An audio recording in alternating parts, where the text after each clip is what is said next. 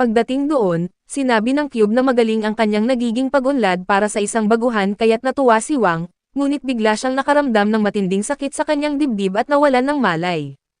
Kinabukasan, nagising siya sa kanyang sariling silid at nasa kanyang tabi pa rin ang Cube, kaya't nagulat siya at tinanong kung paano siya nakalabas, at ipinaliwanag ng Cube na kaya niya itong gawin sa oras ng panganib upang hindi tuluyang maubos ang enerhiya ng kanyang master.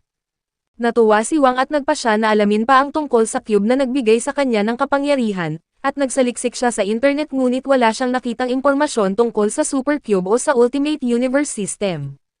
Pati mismo ang Cube ay walang maibigay na kasagutan, at habang napapabuntong hininga siya sa pagkadismaya ay nakatanggap siya ng mensahe mula kay Yao na sabay silang kumain.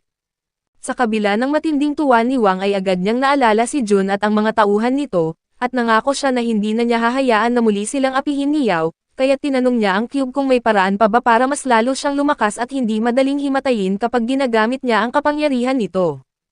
Sumagot ang Cube na maaari niyang pataasin ang kanyang antas sa pamamagitan ng pagkuha ng enerhiya mula sa mga mineral at hiyas, na magbubukas pa ng mas maraming kakayahan sa kanyang sistema.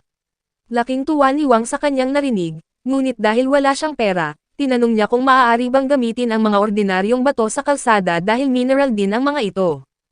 Ipinaliwanag ng Cube na bagamat nakapagbibigay ng kaunting enerhiya ang lahat ng mga bato, ngunit mas mabilis siyang lalakas kung mga tunay na hiyas ang hahanapin niya para rito.